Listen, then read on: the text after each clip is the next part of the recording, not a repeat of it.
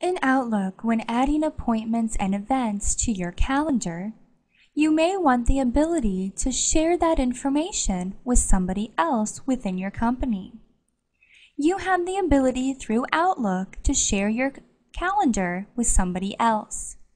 You also have the opportunity to gain permission from somebody else so that you're able to view their calendar.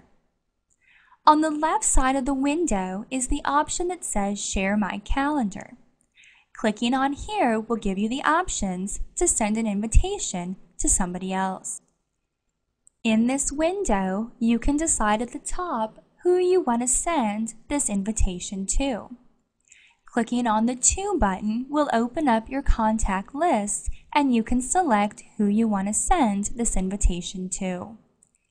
From the list, you can select the name or names of the person you want to share your calendar with. Once the name is selected, you can click the To button and then select OK. You can then adjust the subject line if you wish. The subject line is what was received in the email folder. You can then make sure that a check mark is placed where it says Allow recipient to view your calendar. It'll list your calendar information, and you also have the option to select Request Permission to view recipient's calendar. That way they can easily click yes or no to give you permission or not give you permission. Once the information is set up, you can click the Send button and an email message will be sent to that recipient, letting them know that you just gave them permission to your calendar, as well as asking them to give you permission to view theirs. If someone gives you permission to view their calendar, on the left side of your window, you can click the option that says Open a Shared Calendar. From here, you can click the Name button and browse for the person that just gave you permission. From the list of contacts, you can select their name and say OK. Once their name is added, you can click the OK button again, and on your screen is now their calendar. If they've given you permission to add or remove information, you would now be able to do that. In some cases, they only may give you permission to view their calendar. Once you open a shared calendar, on the left side of your window, you will be able to see your calendar as well as the other person's.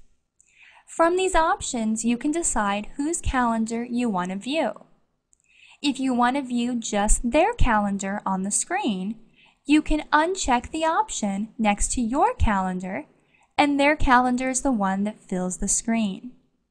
If you don't want to view their calendar at this time, you can check yours and uncheck theirs, and you're left with the full screen of your calendar.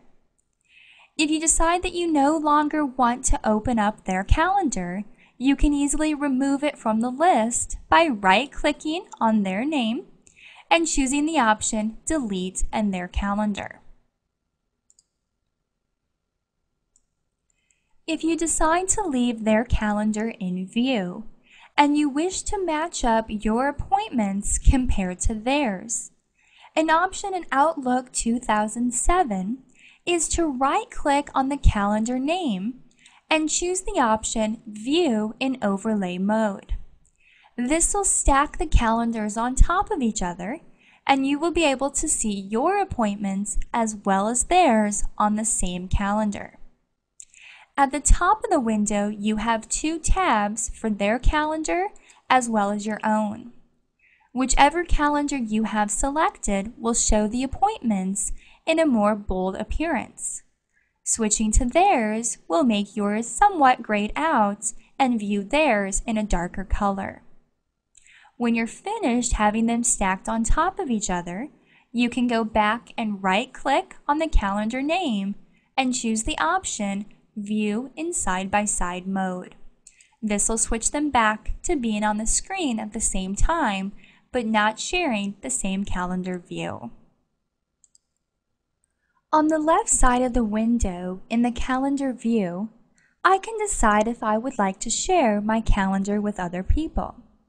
I can use the Share Calendar option select who I want to share with, and send them an email invitation. Another option I have is just to send them specific dates within my calendar. On the left side of the window, I can click the option that says Send a Calendar via email. As soon as I select this option, it will open up a brand new email with options for what part of my calendar I would like to send. At the top, I can decide to send my own calendar or someone else's that I have permission to view.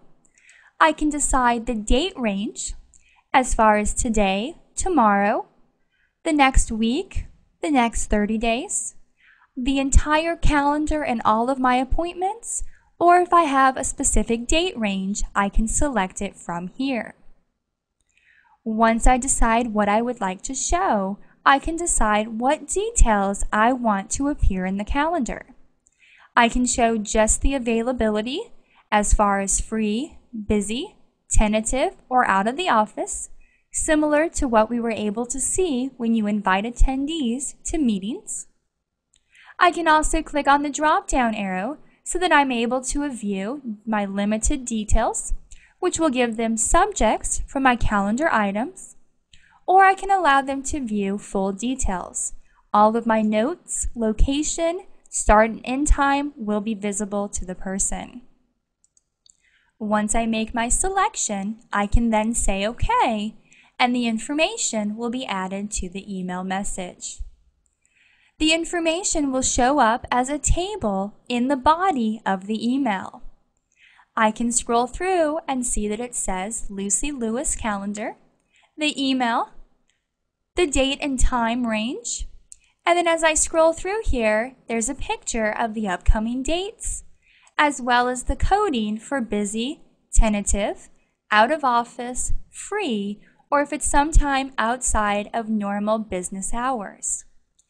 As I scroll through this email message, it will show me specific details for all of my dates. On Monday, July 28th, free before 8, free between 8 and 5, a conference call at 5 to 5:30, and then no appointments after 5:30.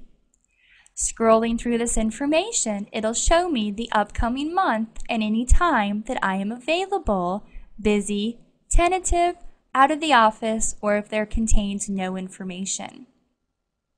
When I have the information set up, I can click my To button, just like we've been doing with other messages, decide who I want to send this information to, click OK, and then I'm able to hit Send and send out the email to the listed person. You'll notice that not only is the table within the body of the message, but there's also an attachment. The recipient, if they have Outlook, can open up that attachment and view your calendar appointments in a better view than just a table in the body of the email message.